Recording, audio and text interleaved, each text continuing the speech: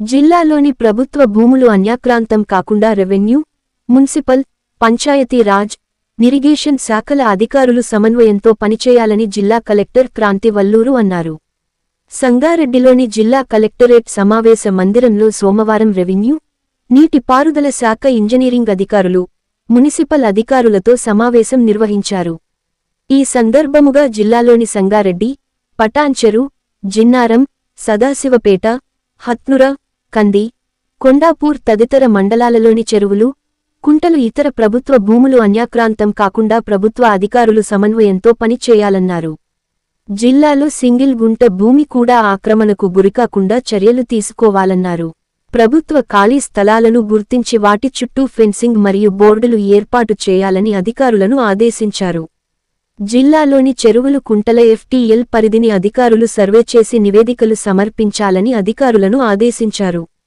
పటాన్చెరు, జిన్నారం, సంగారెడ్డి తదితర మండలాలలోని పెద్ద చెరువుల రికార్డులను వెంటనే సమర్పించాలని రెవెన్యూ ఇరిగేషన్ శాఖల అధికారులను ఆదేశించారు. అన్యాక్రాంతమైన ప్రభుత్వ భూముల పరిరక్షణకు రెవెన్యూ, మున్సిపల్, ఇరిగేషన్ శాఖల అధికారులు సమన్వయంతో పనిచేసి ప్రభుత్వ భూములను పరిరక్షించాలని అన్నారు. మైనింగ్ అనుమతులకు రెవెన్యూ అధికారు, NOC తప్పనిసరి అన్నారు. అనుమతి పొందిన మేరకే మైనింగ్ జరిగేలా అధికారులు పటిష్ట నిఘా ఏర్పాటు చేయాలన్నారు. స్థానిక సంస్థల అదనపు కలెక్టర్తో టాస్క్ ఫోర్స్ టీంలు సమన్వయంతో విధులు నిర్వహించాలని అన్నారు.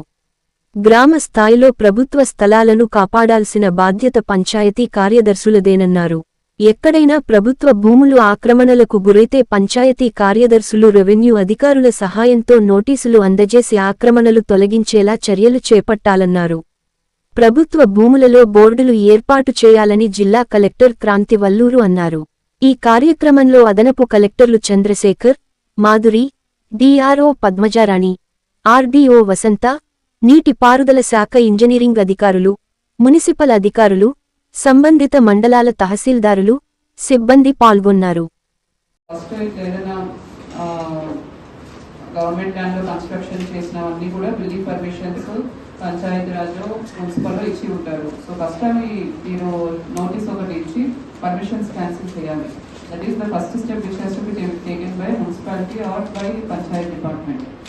అండ్ క్యాన్సిలేషన్ అయిపోయిన తర్వాత we can take up the demolition. And land encroachment act కింద కూడా గవర్నమెంట్ ల్యాండ్ లో అయితే they can give act and evict the petitioners.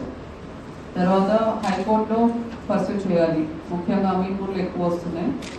So case list అవ్వగానే మీకు ఇన్ఫర్మేషన్ ఉండాలి and you have to immediately send return instruction so that we don't get adverse orders in high court.